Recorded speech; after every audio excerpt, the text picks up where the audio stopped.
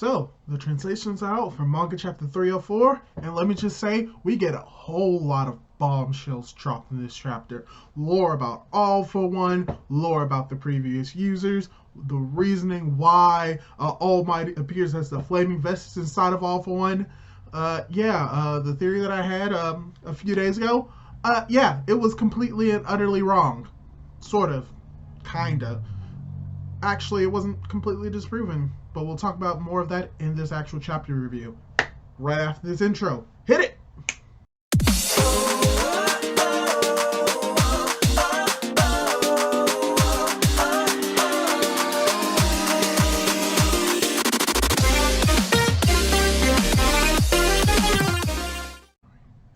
Hey guys, how's it going? It is your boy, Big Blue Drew, 97 here, coming at you with another manga review for My Hero Academia. Manga chapter 304, titled Izuku Midoriya and Yagi Toshinori. And if that title doesn't give away what this chapter is about, it's about Izuku and the main goat, All Might, as well as the other predecessors of One for All, coming together, where we basically get a lot more information about what One for All is and somewhat how it functions, and basically getting lore surrounding it in this chapter. So it's going to be a whole lot of info dump. I may not be able to cover all the information in one video, so I may release another video talking more about One for All later on in the series. Gosh, that's going to be confusing, or later on this week or next week. But yeah, when it comes to this quirk, we learn a whole lot about it. And before we get more into the review, I'd like to ask you, if you haven't done so, to subscribe to my YouTube channel, Big Blue Drew 97, if you like these type of reviews and me talking about the chapter when it comes out in translations, and I may talk more about it on Sunday or Monday. But if you like this type of content, subscribe to my YouTube channel. And now let's get right into the review. So, we actually start off the chapter with how we ended last chapter, with All Might placing his hand on Izuku Midoriya and saying that he's able to sense what's going on inside of One for All. But we get a little bit more clarification that, yeah, he can sense it, but he can only do it barely, meaning that he kind of has an understanding of what's going on, but he doesn't understand fully.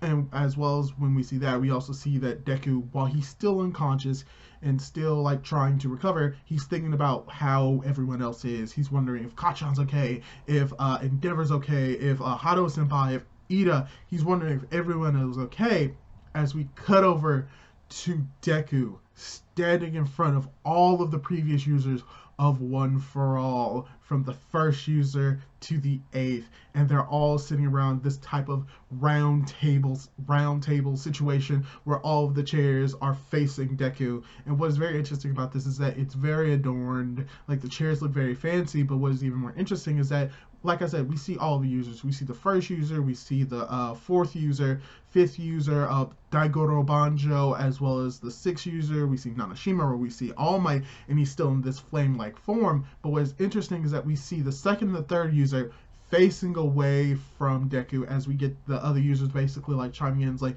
it's about time that we're doing this. Yeah, we're ready. We just need to talk to you, and we're about to get started. And what is very interesting about all of this, besides the two users facing away, is that All Might is still in this flame-like state. He still is represented by this embodiment of fire, and that's something that I talked about in my theory, which I'll put over there. But it's very interesting, and the thing that I want to talk about, and we'll get into that a little bit more, is like the reasoning why he may be in this fire. The theory that I had, it kind of explains why it's like this, and from what we learned in this chapter, parts of the theory are somewhat like confirmed in this chapter, but other parts still need more time to develop. So yeah, we just have now the original user, One for All, original first user, All for One's little brother, basically like giving like a short explanation for like how all of this is happening right now, the reasoning why Deku's able to communicate with these vestiges and how the vestiges are able to communicate with each other. So he basically explains that, yeah, over the past 4 months, like All for One has grown so much to the point that we're able to like communicate with each other like freely. And because of your interaction with my brother, we're able to communicate with you more. Because at first we weren't able to do it, but because how much All for One interfered, as well as how much One for All has grown, we're able to talk to it. As we have Daijo Banjo's like, yeah, it's all because of that guy. But you know what? You did good, kid. You did good. That fight, you did good.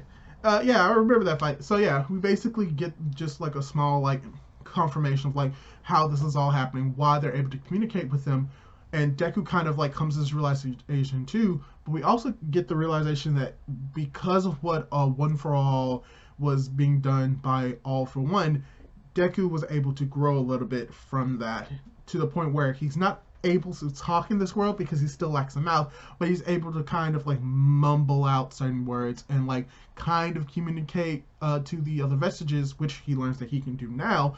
But from here we get more into like the lore and the understanding of the previous users, where we get the introduction of the fourth user. So we get the introduction of the fourth user, who is now named as Shimori Hikage, and he announces that he is the fourth user, and that Deku just spontaneously unlocked his quirk during the time that he was fighting Shigaraki as its danger sense. And from here, we get him basically explaining like, because of my quirk, I was able to avoid all for one's like advances to try and take this quirk away from me, and how we learned that he was like a hermit, he was a shut-in, which I think that we had a little bit of information about that when All Might gave Deku the booklet, but it's confirmed that he was a hermit and how he tried to escape from society. And Daijo Banjo chimes in, it's like, yeah, this guy's a weirdo, he's really weird, like he tried to escape from society because he was weird. But then he elaborates that he didn't just leave society because he was weird. He left society at that time because society was weird. And this is very interesting because it shows that there may have been other individuals that realized that society is like going crazy with people with all of these quirks, that he decided to isolate himself from it because people were going probably insane from like quirks. And you know what, it kind of makes sense. If in our world just random people started to develop like weird powers, yeah, society would crumble. And even now there are people who are like moving out to the country to avoid society now, like in the state that we are in now. And now just add on superpowers to it. Yeah, no, you know what, I would move out into the country too if that was the case. So yeah, he was kind of being smart about that. But from here he begins to elaborate that, yeah, I moved out to the country, but yeah, do you know how I died? You then have this moment with Shinomori where he basically tells Deku that, yeah, I died. You probably know that a lot of us died young, but I died at the age of 40. And then Deku remembers that, oh yeah, I remember that. Like All Might scratched out like how you died. And he's like, yeah, I died of old age. And then he begins to explain that, yeah, it's very weird that I died of old age at the age of 40. And this ties into the idea of why All Might tried to hide the secret of how the fourth user died from Deku, because Yaki came to this conclusion thinking that if he died from old age, then this may be a consequence of One for All being inherited by a person. And that's what Shinomori basically says, that yeah, when it comes to this quirk, yeah, no, it's not great for the body, because he begins to explain that at first I thought that I would go out into the woods. I avoided All for One for 14, 18 years, and I was training it, and I realized, oh yo, I can't defeat him. But then when he reached the age of 40, around that age, he started to deteriorate. And he thought that, oh, maybe it's a disease, or maybe it's something that I haven't done. But then he comes to the conclusion that no, the reason why he died of old age at such a young age of 40 is because the quirk One for All was sapping his life force. And because of that, it was slowly deteriorating him, which is why he has lines on his face. It began to like crack his body. And that's probably something that Toshinori, that All Might realized, and that's why he tried to hide it from him. So this means that One for All, and this is and something else I want to talk about, is that they specifically use life force. That is a very interesting way of describing how One for All works when it comes to someone else with a quirk, because we know that there is an individual out there that has the literal quirk of life force. And it is Shigaraki. And that quirk was given to All for One, which could possibly explain not only how long he was able to live, but explains why he may be able to use multiple quirks at a time without it like hurting his body significantly, and that's because he has life force, and because this may be the confirmation that quirks function off of life force, and that the more quirks that you have, the more of your life force that is consumed, or the stronger the quirk is, the more it consumes your life force, which could tie into the quirk singularity theory. So there's a lot in this chapter that you can connect to other parts of My Hero Academia and make conclusions from, but the main thing that we can take away from here is that One for All has a major drawback, that even if you don't die in a fight, you're going to die of old age at a very young age, and that's something that Toshinori tried to hide from Deku. But what is even more interesting is that Deku brings up this one piece of information. Deku brings up the fact that All Might has had the quirk for more than 40 years, that he is older than when Shinomori was when he died. So, first of all, from what we have and with a little information that we have, we can most likely predict that All Might is at least over the age of 50. If he's been doing this for 40 years, we don't know exactly when he got his quirk, but at least he's over the age of 50, and he may be younger than 60. And in a previous video, I said that he could be between the ages of 40 and 50, but it's more he's between the ages of 50 and 60 with the confirmation of what we get in this chapter. But that's very interesting because Deku brings this up. It's like, well, if that's the case, then why isn't All Might being deteriorated? Why isn't he going through all this? And then from here, we have the first user who basically says, yeah, that's something that we thought of, and we really couldn't connect the dots except when the moment that my brother tried to infiltrate the quirk. That's when everything was just basically put together. So the first user basically goes on this explanation about why Yagi is so special, why he's able to live long, why the quirk's drawbacks of like killing him at a younger age, why it didn't affect him.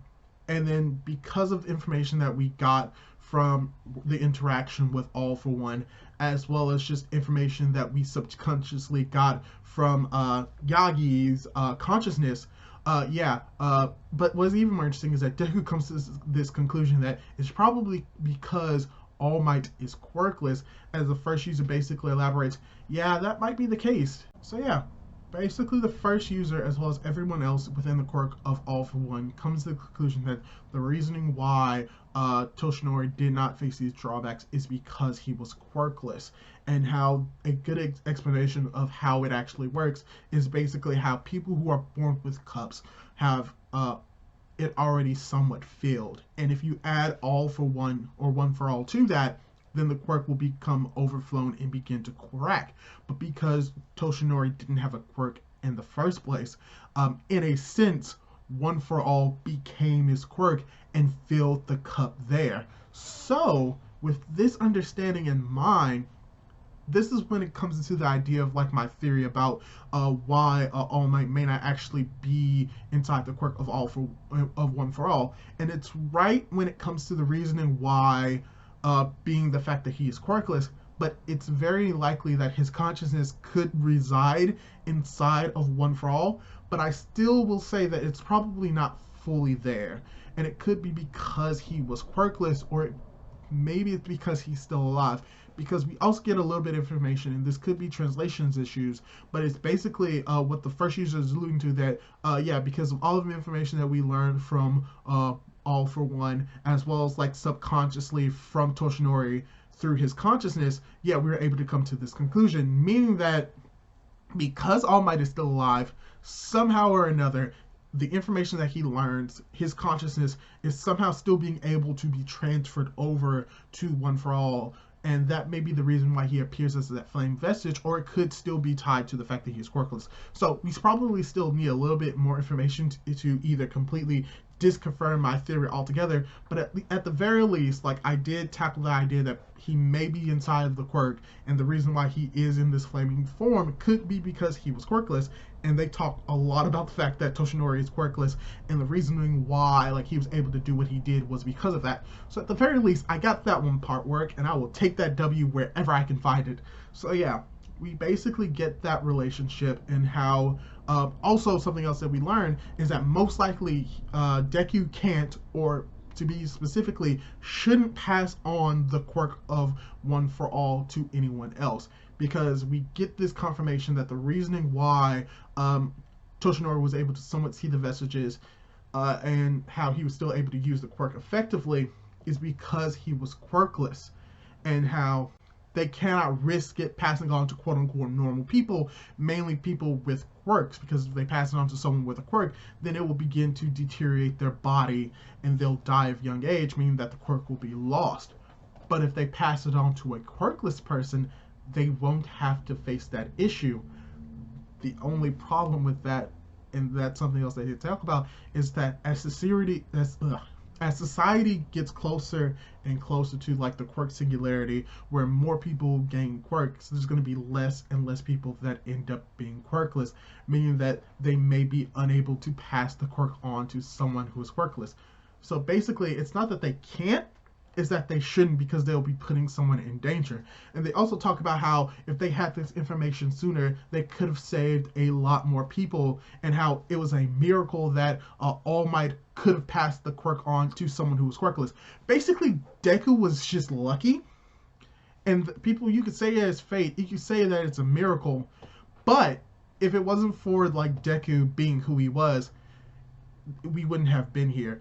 Like, sure, he was lucky to get it, but it was still kind of like his ambition, his goals, his wants that basically swayed All Might to give it to him. Sure, it was luck, but he did play some part in it. As we also get like an image of Night Eye, as they basically say that, oh, if they had known this information sooner, more lives could have been saved, because if that was the case, Night Eye wouldn't have focused all of his focus on Mirio, meaning that he could have potentially still have been alive while still trying to help All Might find someone who's successful, and they could just still stumble upon Deku because he's quirkless. But from here, we probably get the major reveal with all of this information, with all this knowledge together, with everything that they've come to when it comes to the conclusion of what One for All is and how it works. They basically tell Deku that, yeah, since we really can't pass it on to someone else, and there may not be a chance that we have another quirkless person in this world, you are, for the most part, the final successor of One for All. So basically, from what I'm getting from this, Deku was the last airbender. Yeah, no, there's a whole lot of influence of the last airbender in this chapter when it comes to One for All. The vestiges are like the previous avatars. Deku is Aang because he's like relatively speaking, not a whole lot of quirkless people live in this world. Oh wait, now that I think about it, oh gosh, there's technically another quirkless person that Deku could theoretically pass the quirk over to, but I'll talk about that later. But it's very interesting to have these like different parallels between Deku and the vestiges with Aang and the Avatar state. So I may make a video on that. That's going to be fun. But then we get towards the end of this chapter, which Deku comes to this realization that, yeah, I may be the last user. Wow, that's really heavy. Oh man, hopefully not another bombshell is dropped on me at this time, because I'm not sure if I'm going to take it. So Nada basically asks Deku if he can kill Shigaraki as the chapter ends.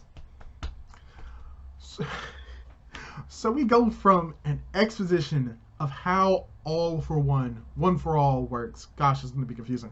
One for All works. We get explanation of how it works, the reasoning why Deku can use the quirk, the reason why All Might can use the quirk is because he's quirkless. We gain all the information, and at the end of the chapter, we have to drop a moral truth bomb on Deku. It's like, yeah, you may have to kill my grandson. Can you do it? Can you kill someone? Can you murder this person? It's basically what she's asking. I don't think Deku can do it. Deku is not the type of person that would just go out and kill. But I think there's going to be somewhat of like an even kill to it. Instead of like killing Shigaraki, he's going to try to save him. And if saving him means death, it's a moral dilemma. And because heroes aren't supposed to kill, does that mean that Deku can never really be a hero because he has inherited the quirk of One for All? Tying into the ideas of the Avatar, how the Avatar isn't bound by one specific nation, that he belongs to the world or they belong to the world. So, yeah, the moral dilemma. Ozai and Aang. It's literally Avatar: The Last Airbender with superheroes. Instead of bending the elements, they're bending quirks. Oh gosh, this is so great. Oh gosh. So yeah, when it comes to this chapter, it's just a lot of info is thrown at us, and we may have to wait more for the official translations to come out. So hopefully I can make more videos and more accurate video about everything in the chapter when that comes out. But yeah, that's basically the review of this chapter. Really enjoyed it. Thought it was very amazing. Like I said, a lot of information was thrown at us that just shines a light on like more of One for All and how it works, and like the reasoning behind how certain successors, specifically the fourth user, and how Toshinori is still able to use the quirk and to tie into something else. This chapter may basically explain like kind of why All Might is able to go from like the big buff form to the small skinny form is potentially because One for All is like his quirk now. Like it wasn't just something that he was holding, it eventually became a part of him, and it may even become a part of Deku. There's just so much to speculate, and I really enjoy this chapter, and next chapter is going to have even more like weight to it, because we're going to have to discuss the morality of killing someone that can destroy a whole lot of people. The idea of like the thought experiment of like killing one person to save five, but in this case it's killing one person to literally save society. Can Deku do it? Will he be able to do it? Or we're going to have to find out next chapter. So yeah, that's all I really have to say about this chapter for now. So hopefully you enjoyed this video. Hopefully you enjoyed this chapter, because I really did it. A lot of information. What do you think of this chapter? Do you think that the theory that I had last week or part of this week was accurate? Do you think that it was bad? Do you think it was good? Do you think that this chapter was bad or good? Leave your thoughts in the comments down below. Subscribe to my YouTube channel, leave a like, do all of that cool jazz, and hopefully I'll be able to catch you in my next video. So, goodbye!